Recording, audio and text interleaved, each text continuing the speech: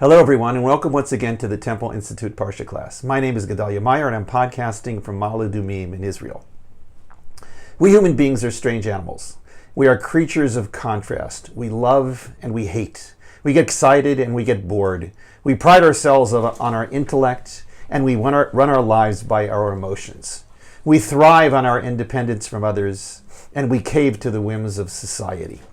There are so many more contradictions that we all know that we are almost defined by them. Many of them are not so problematic. They reflect the complexity of our personalities and demonstrate that we are not mere robots. But while this is a great spin on our contradictory nature, it has its limits. Take that example of independence versus following the herd. This is an almost ubiquitous feature that we share. We fiercely defend our independence from all outside influence, seeing any challenge to independence as a form of slavery. But at the same time, we readily submit to the first trend or opinion that comes around. This certainly does seem to be a contradiction in the personality. If we really were so proud of our so-called independence, why do we buckle so readily? Conversely, if we were basically happy with our submission to the herd mentality, why do we insist that we are each our very own person? This contradiction is probably rooted in our development as people. We start off as little children, totally dependent on parents for everything, and totally submissive to their commands. As we grow, we gradually learn the art of rebellion. It takes many forms, against parents, against teachers, or against any figure of authority, depending on how powerful the drive is. But that need to go along with whatever is in vogue remains as a relic from our origins. We are followers and we are rebels, depending on how the mood pulls us. Of course, there is a wide spectrum within which we all fit somewhere.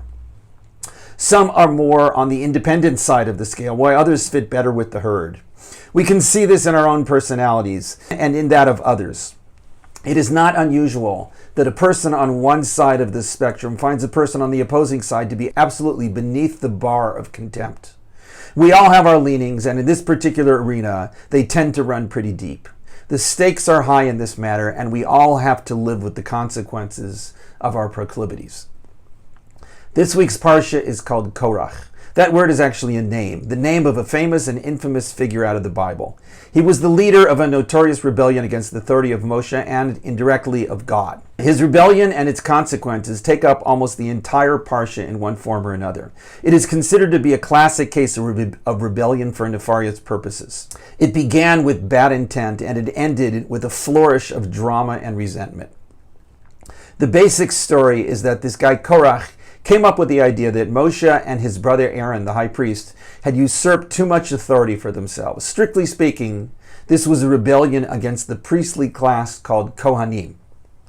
It happens that Korach himself was of the tribe of Levites, of which the Kohanim were a subset. So this is really an intra-tribal battle between the commoners of the tribe and the priests. But the Levites had already been granted their own set of responsibilities and privileges, so it is difficult to understand why them, of all people, should have been the ones to succumb to this temptation of rebellion.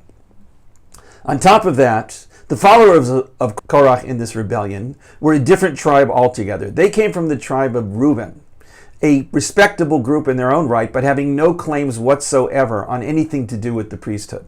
It is actually unclear in the Parsha what motivation these followers had in this whole thing, being as they really had no skin in the priest game. They just seem to have been dragged in for no reason whatsoever. We gain an idea of the purpose of the rebellion from two different sets of verses. The first is apparently a collective statement from the entire group. Quote, "You have gone too far. All the people in the community are holy, and God is with them. Why are you setting yourselves above God's assembly?" The second is from two of the Reuben contingent, named Datan and Aviram. They seem to have had a private beef against Moshe. Quote, "Isn't it enough that you brought us out of a land flowing with milk and honey to kill us in the desert? What right do you have to set yourself above us? You didn't bring us to a land flowing with milk and honey, or give us an inheritance of fields and vineyards. Do you think you can pull something over our eyes?" There appear to be two distinct facets to this rebellion. Korach presumably objected to the unique authority given to the priesthood and felt that it should be shared by all the people. He wanted an egalitarian religion with no group pulling the spiritual strings. Datan and Aviram, on the other hand, seemed to have a gripe about the fact that Moshe had never made good on the promise of bringing them into the promised land flowing with milk and honey. He had effectively pulled the wool over their eyes in this whole great misadventure. The second problem was really an outgrowth of the disaster of last week's parsha with the rebellion of the spies in doubting that the attempt to take the land of Israel would be successful. The consequences of that, of course, were that the entire generation who had expressed these thoughts would have to die in the desert and never make it into the Holy Land.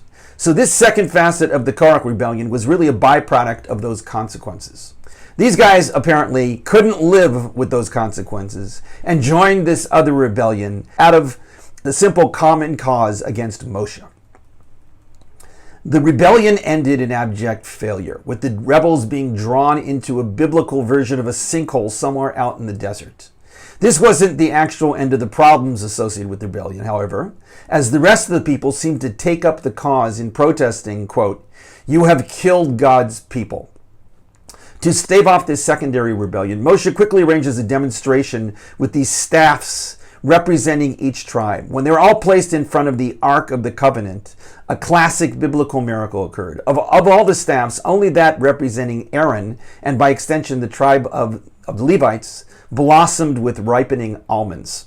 This effectively quelled the rebellion, but not the resentment. On the contrary, it seemed to evoke a feeling of doom, as stated in the common reaction, quote, "We are all going to die." As a result of this, the laws stating that only the Levites would be permitted to approach the ark in any way, while everyone else understood that it was out of their domain. But what really was this rebellion all about? It seems to have been motivated by the simple desire to rebel against authority, whether that was the authority of Moshe or the authority of the priesthood. This motivation stands opposed to the earlier rebellions of the golden calf, the spies, and the various complaints about food and water. Those all had some sort of genuine reason behind them, as perverted as it might have been. They feared for their lives, or they sensed that God had abandoned them. In this case, there was nothing other than rebellion for the sake of rebellion. It was a general sense of anger and disappointment with their circumstances.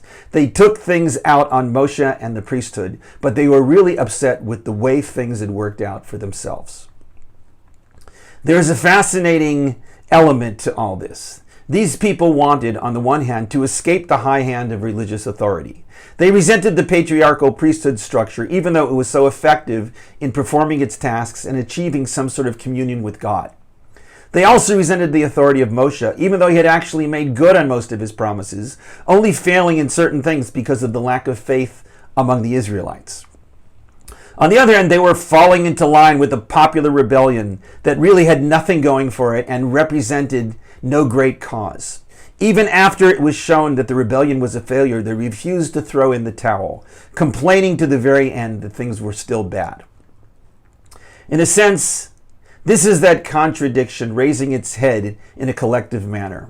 They rebelled against authority, claiming that everyone shared equally in the holiness of the cause. But when push came to shove, they were all just followers of a cause that they really had nothing to do with. If they truly had been motivated by the desire for independence and individuality, they would never have fallen for such a ridiculous rebellion. They wanted to shake off the force of authority over them, only to allow themselves to be sucked into a different vortex of dependence. We live in an age in which both of these poles manifest themselves almost daily in our lives. Never before has the desire for independence and the shirking of authority of any sort been such a powerful voice in humanity. We wish to overthrow anything and everything and remake the world in whatever image fits our personal goals.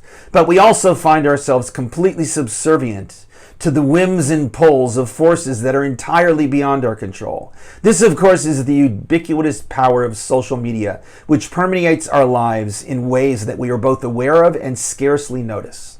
Who hasn't been subject to the enormous pull of everything on the internet, being consciously or unconsciously drawn into things that we really have no interest in whatsoever?